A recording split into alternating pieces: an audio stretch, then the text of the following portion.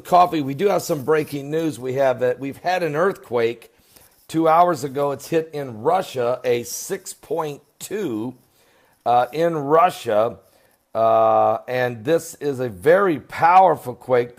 It was very shallow, only 7.9 kilometers. There was major concerns of possible tsunami warnings, but those have good news. Here is tsunami now. Warnings are off, not expected to happen. Now, it's in the area of the Aleutian Islands, so you're not too far from Alaska either. And but this was a very powerful quake, and as we were talking last night, that massive solar flare, that huge burst of an explosion on the sun on Friday, and the solar flare was a M2 class. Okay, we've seen bigger flares, but it was powerful explosion and it lasted for 2 hours. That sends a very strong, lengthy CME directly toward the earth. You knew we would have issues. Well, as soon as it arrived yesterday afternoon, we had 3 earthquakes at Yellowstone National Park, right there at that volatile super volcano, and 3 in a row, 3 earthquakes, a 3.0, a 2.8, and a 3.4, all within 58 minutes of the initial arrival of the CME.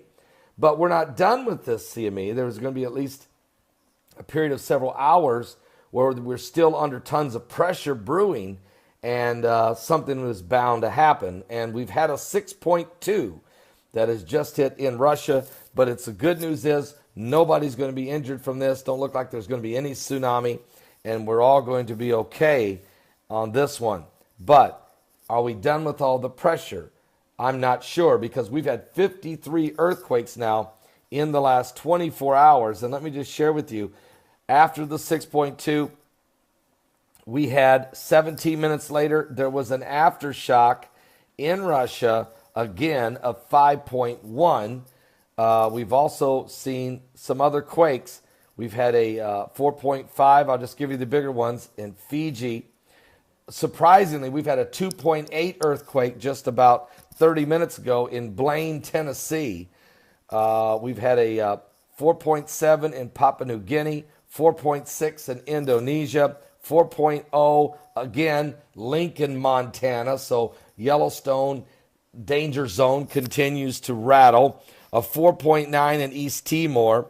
We've had a 4.1 in Puerto Rico, a 4.3 in the Fiji Islands. We've also had a 4.1 earthquake in Mexico. There was also a 4.3 in Russia, a 4.7 in Puerto Rico, a 5.6 in Tonga, a 4.9 in China, a 4.1 in Kyrgyzstan, a 4.9 in the South Pacific Ocean, a 4.1 in Argentina, a 5.5 in Tonga, a 4.6 in Fiji, a 4.3 in Nicaragua. Now, that's all taken place in the last 24 hours. But I didn't even read them all to you, but a total of 53 earthquakes that are 2.5 or more. And specifically now, we're watching the Russia region there, 6.2, followed by a 5.1 a couple hours ago.